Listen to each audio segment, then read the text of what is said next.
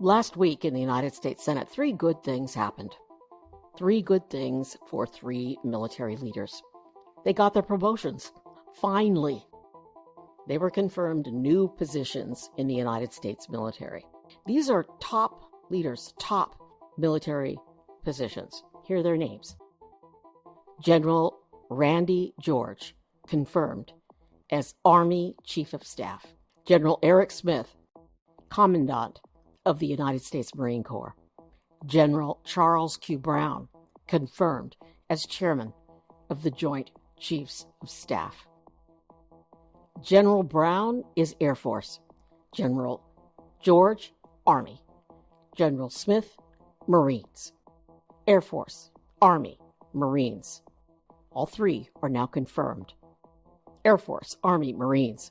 They have their military leaders. But we still have 300 plus more generals and admirals to go. And the Pentagon is warning that number could swell to 650 by the end of the year. Admirals and generals in limbo, waiting to be confirmed by the United States Senate. They cannot begin their jobs. They cannot move their families to their new posts. What the hell is going on? Last week, on my TikTok channel, someone asked, "What is this story about? I hadn't heard about this. What's going on?"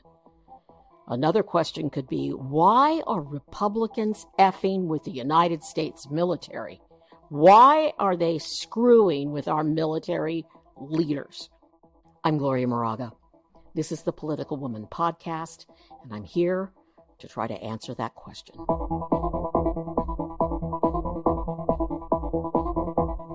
So it's not just the Senate either. In the House, a handful of MAGA representatives blocked a vote last week on the defense budget. What they're doing is they're trying to push us into a government shutdown. And it looks like, barring a miracle, that is going to happen. The fiscal year ends on September 30th. That is this coming Saturday. One result of a shutdown would be no pay for our troops. Can you imagine? Can you imagine? It sickens me. That's just one group of people who won't get paid. There are many, many others, including our air traffic controllers, including our Border Patrol agents, and on and on and on. All federal, non-essential employees would be furloughed. And if you're a manager, they don't call you essential necessarily. You just work. You just work for nothing. But the Congress gets paid. So on to the military appointments in the Senate. You could call this story the disgrace of Tommy Tuberville, because he is blocking military appointments. Since February, the senator has been blocking every personnel move in the United States military that requires Senate confirmation. It's called a senatorial hold. When it started in February, there were 150 personnel moves waiting for approval. And what the Senate usually does is they approve these job promotions in batches. So it began with a 150, and now it's up to 300 plus. And the Pentagon is saying it could reach 600 by the end of the year. Tuberville is a Republican from Alabama who's been in the Senate for a little over 2 years. He likes to say, "There is no one more military than me." Well, I'm telling you right now, after listening to all his sound bites on this, about reading everything I could get my hands on, Tuberville is a liar. And here's what he said during the confirmation hearing of General Eric Smith. He's our general from the Marines, and I listened to his entire Senate confirmation hearing, and they just praised this man. Every lawmaker, Republican and Democrat, he was overwhelmingly approved out of the committee. And Tuberville just gushed over him. Here's a quick soundbite. That focus is what we need in our military right now more than anything else. We live in a dangerous world. Dangerous world. And I would hope that some of your colleagues in the Pentagon would catch on to a little bit of that and get politics out of this. I mean, politics is detrimental to a lot of things. It's good for some things it's not. Military, it's not. A military focused on political agenda loses its effectiveness. So, yeah, that's what he had to say. And then he's gone ahead and held up Smith's appointment for months and months, forcing General Smith to hold two jobs, assistant commandant and acting commandant. The world is a dangerous place, and Tuberville knows it. So why is he doing this? He's not served in the military himself. But why does he say there's no one more military than him? He regularly features Alabama service members on his senatorial website. Whoop-de-doo!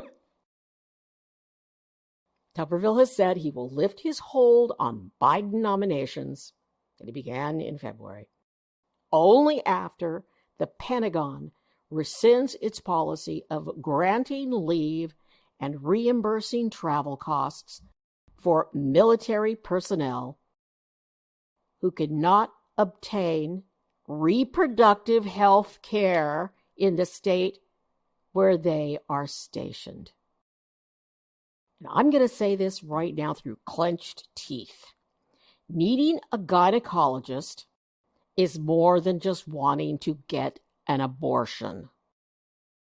I wish all these stinky old men who try to impose anti-abortion laws on all of us women could understand that. Now, administration officials enacted this program after last year's Supreme Court decision overturning Roe versus Wade, the landmark ruling that protected for nearly 50 years a constitutional right to terminate a pregnancy or to have the privacy of making health care decisions with your doctor. This is not about killing babies, my friends. This is about health care for women in the military. 1/5 of military personnel are women. Now, as I said, Tuberville is from Alabama. For example, Alabama has one of the strictest limits on abortion in the country, and it has 6 military facilities. Healthcare is more than wanting to have an abortion. If you're in the military and you are stationed in Alabama and you are raped, if you want to just get the day after pill, you can't get it in Alabama. And you can't go to another state if Tuberville has his way. Tuberville says the taxpayer should not be on the hook for the cost of travel so a woman can get the health care she needs. It's a mess. The mess brings us to the technical stuff. How can one senator block or hold up all of these important confirmations that are a matter of national security? Now, a hold, which is what Tuberville is doing in the Senate, is basically a filibuster, but without the talking. And that is what Tuberville is doing. The confirmation of all these military leaders are on hold. I angrily posted a video on YouTube and TikTok last week saying, oh, hell with this. Let's just begin confirming the military leaders one at a time. And magically, as if he heard me, that is what Senate Leader Charles Schumer did last week. And here's how we get into this pickle. It's the United States Senate, a gentleman's or gentle ladies' chamber. Okay, unanimous consent. And I'm just going to explain this just briefly, and I'm going to read from the Senate website. Unanimous consent agreements bring order and structure to the floor for business and help expedite the course of legislation. This is all a quote. Senators have been conducting routine business by unanimous consent since 1789. So unanimous consent is how these military appointments are usually passed without any trouble, because we support our military. In the Senate, Republicans and Democrats support our military, but not anymore. Not because of this man. Tuberville is hurting our military. It's bad for our military families. It's bad for our troops. It's bad for, obviously, military leaders, and bad for morale. So last week we had the 3 confirmations, and here's the process. The Democratic Senate leader, Charles Schumer, called for a cloture vote. Now, cloture is the vote that is required to break a filibuster. When I first got my job in Washington, I was in the newsroom in the area there where my desk was. It's not really a newsroom. It was just like an office. My boss started yelling, "They're calling for a cloture vote. They're calling for a cloture vote." And I'm thinking, oh my God. And then I looked it up because I didn't know what it was. And then I would joke later when people would say, "Do you know what this is? Do you know what that is?" And I would say, "No, I don't. But I do know what cloture means." So cloture. You got to have a cloture vote if you want to break a filibuster. That means you've got to get the majority of the senators to agree that the filibuster should end. You know, when the Senate first started, when it was first began, they didn't have a way to break the filibuster or stop the filibuster. But in 1917, they developed this procedure, cloture. In 1975, the Senate reduced the number of votes required to break cloture, to call for cloture, from 2/3 to 3/5. So now all you need is 60 of the 100-member Senate. It used to be 67, I believe, but now it's 60. Well, that's what Schumer had to do 3 times. He invoked cloture 3 times, and cloture was passed overwhelmingly. And then they broke the filibuster, or Tuberville's hold, and then they voted for the military leaders, and they were overwhelmingly confirmed.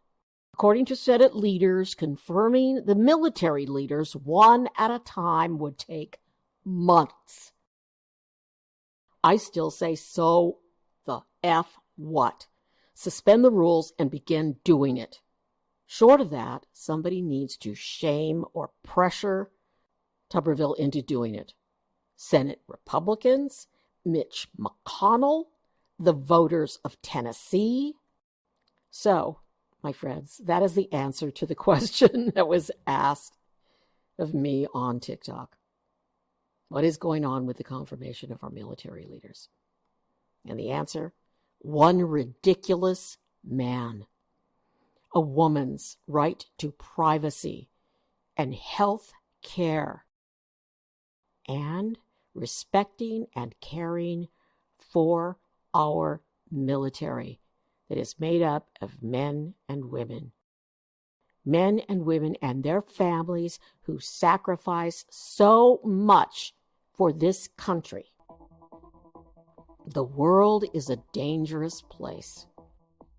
Too bad we've got one senator is too much of a hypocrite to do something good for our troops. Congratulations to the men who were confirmed last week. They have stories. Oh, I would just like to tell their stories, and if I had a second, I would do it. They have stories to tell. How they got where they are, what they've had to do, how they were in foreign lands fighting wars that they didn't start when their children were born, and their wives who stood by them, their families who love them. Wow, what stories they have to tell. Thank you for your service, and we love you and respect you so much. I'm Gloria Moraga, political woman. Please subscribe. Please follow me on YouTube and TikTok. I really need your support, and more than anything else, as you begin the week, be safe.